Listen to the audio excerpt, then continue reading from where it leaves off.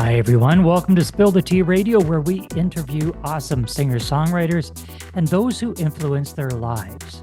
Spill the Tea Radio explores the journey, creativity, and inspiration behind the songs. My next guest is a Nigerian-born singer-songwriter who specializes in vocal composition and arranging. As the lead vocalist for Melafrique, an Edmonton-based Afro-fusion band, she has gained recognition throughout the province. With a passion for sharing her own stories, she delves into neo-soul, R&B, and Afro-jazz genres, curating her own distinct voice with each record released. Using music as the catalyst for new healing journeys, Riwoh facilitates an atmosphere of connectivity, life, and a sense of homecoming for her audience. So, let's spill the tea with Riwo Egor. Welcome, Riwo. Well, thank you. Thank you for having me. It's good to have you here. I want to start off by saying your journey to music has not been a path that has been straightforward. Mhm. You arrived in Canada from Nigeria as a student Yeah. to study something that your parents believed that you should study. I'm sure you wanted to do it as well. Mhm. So take us through that journey, when you came to Canada, arriving in Edmonton. I think whoever you used as a travel agent probably gave you some wrong details on the difference between the climate in Nigeria and Edmonton, but we won't talk about that part. But tell us about your educational journey and how you ended up as a singer-songwriter.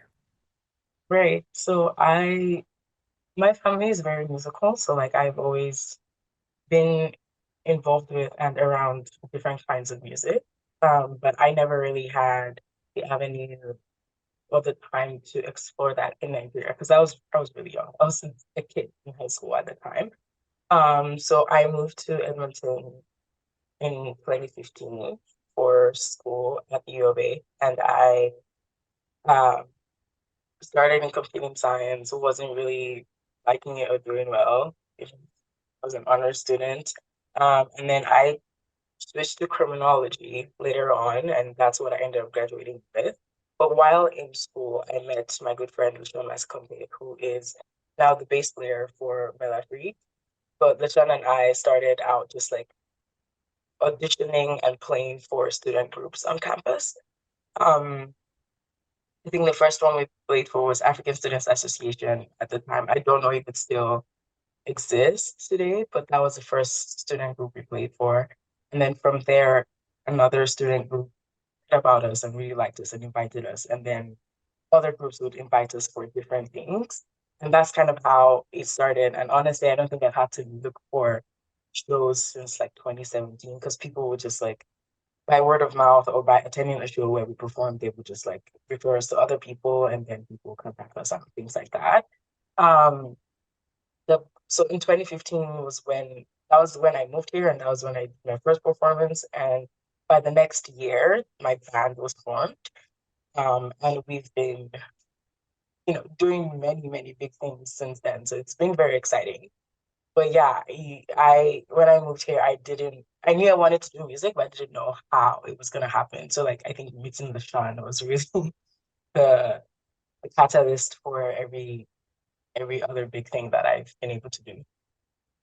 Now, the name of your band, Melafrique, uh, I'm always curious about how people come up with the name for the band. I'm going Hmm. to go out on a limb and say Afrique, Afrique, Hmm. sorry, Afrique is a reference to Africa. Yes, it And is. but what's the first part of it? The MEL. Yeah. So um the full name Melafrique means melanin from Africa. Um and melanin is just like the thing that makes your skin dark or not. So when we first thought about creating a band, um, LaShawn wanted us to have these projects that kind of educated people more about Africa, because sometimes what you see on the news or like on TV, those UNICEF ads with like the kid and the fly on the face. Like that's not all there is to the continent. So we really wanted to show people like, yeah, we're Africans, but this is what we do, and these are the different kinds of music we can create and the different kinds of things we can do with our minds. And that's why it's an Afro-fusion band in that sense. Like we do multiple genres, but we bring the African angle and spice into that. So that really was the idea for the band. The band initially was myself, Lashawn, and Ari, who's one of our keyboard players. So when we were talking about it, I was thinking, okay, what name would fit that idea?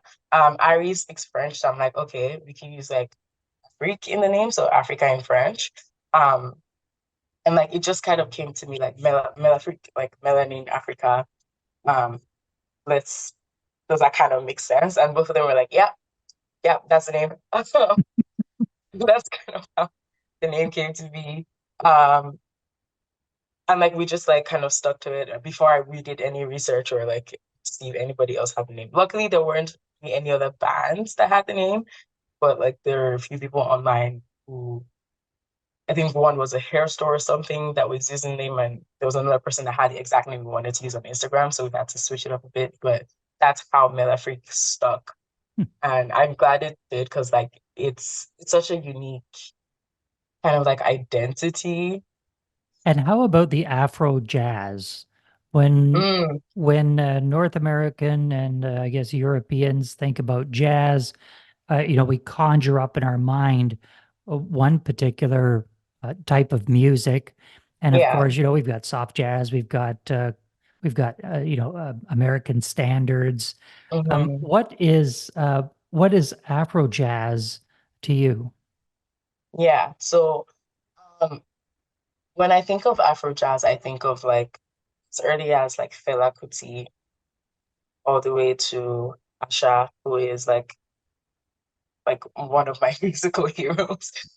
Both Nigerian, but like Afro jazz is essentially a kind of jazz that has that very thick elements of Africana beats or like Afro music underneath it. So like you have the horns, you have the double bass, but you can hear very distinctly that this is African song. This is African music in the syncopation of the beats or like the polyrhythms underneath or like the language used in it, the topics being talked about. I think that's to me that's what makes Afro jazz what it is.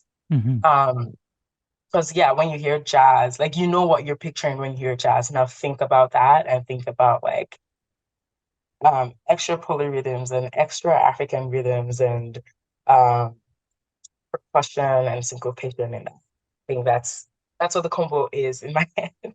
But I really started um enjoying playing and listening to that genre because of Asha, who is I think a lot of people who grew up in my time definitely know who that is and know the impact she had and she still has on um modern Nigerian music. When I first started doing the show, I had this idea about Calgary and Edmonton and the music Mhm. scene out there. I have since been educated in the music scene in Edmonton, and there's quite a large jazz community Yeah. in Edmonton. You said that when you started playing music, which had the African beat to it or the African Mhm. style to it, that you were able to continue to work and get work doing that. Was Yeah. was your genre of music or that African influence of music, was that Mhm. new to the Edmonton scene, or was it already there that you were able to capitalize on? I think in some ways it was already there. Like there was I remember in the very beginning there was this other group, I think it's Bira or something, that they kept confusing us with. But the more I thought about it, like what we do is actually very different. Um, in the sense that, so like there was some elements of that already, but what we were doing was very new. Um, in the sense that we were doing everything, like we were doing all the genres. And then if you stayed and listened to a full Melafrique set, you can hear like, okay, like there's multiplicity happening here, and there's like huge, like everything is fusing in here. And I think that element was what made us stand out and what like set us apart from everyone else in the music space at the time. And I think it was really useful for us to capitalize on that and to see how far we can go. And I think our live performances had just been growing and growing since then. Not necessarily because we're focused on the fact that yo, we need to capitalize on this, but we were just doing what we enjoyed. We're just doing what we loved. Um, Hopefully that can be like an inspiration to anyone else who feels like what they do is too different from what they think people consume or want to consume. But yeah. Let's get into one of the songs that Riwo wrote. This upbeat tempo song is from the album Grown Child and was released in October of 2023. So let's take a listen to singer-songwriter Riwo Egor and her song New Day.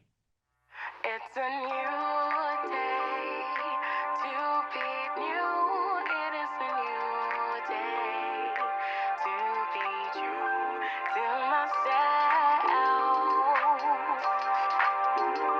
To myself.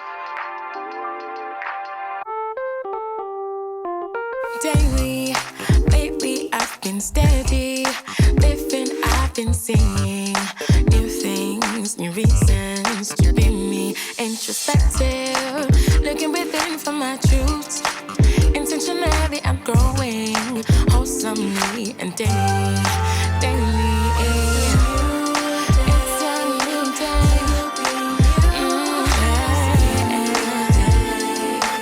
To be true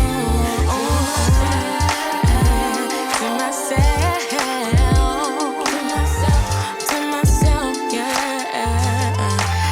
It's a new day.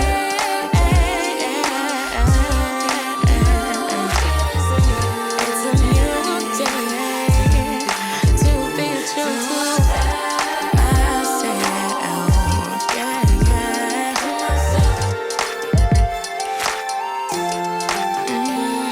And why should I live by a life that truly ain't my own? Surrounded by things and people that hold me back when I'm so you have to pardon me for really living on this new day. It's a new day.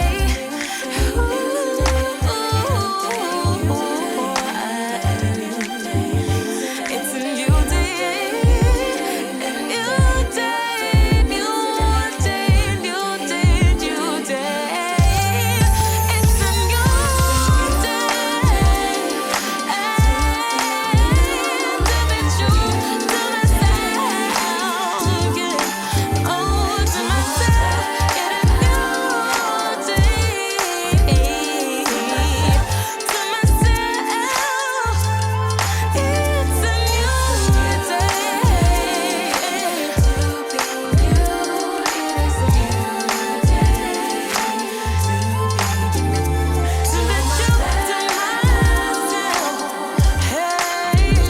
To myself. It's a new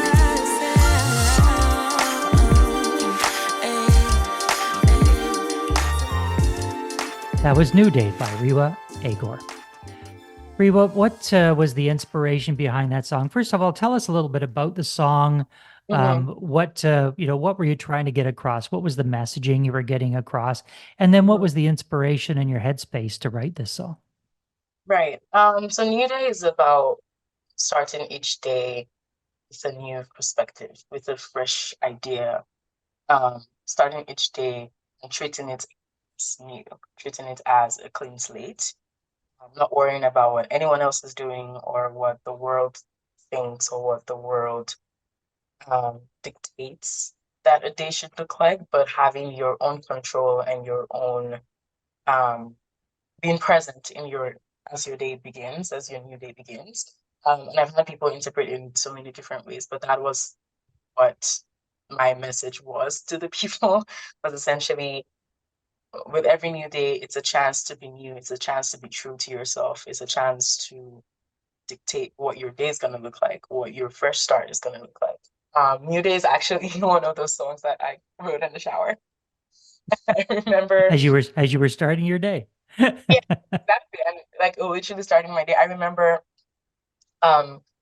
just the chorus came to mind while I was showering, and like it's one of those choruses that was like very distinct. Like I heard it clearly. It was repeating in my mind, and I took my phone and I recorded it. And I don't think I completed New Day till like when I was thinking about the album, but that was when the song was conceived in my mind. And I think one thing I finished was the chorus. That chorus was written from day one. Like I had it recorded on my phone, and then I created the song a few years later. But it's so great that I was actually starting my day. I was actually just beginning. I had just woken up, just showering, and that idea came.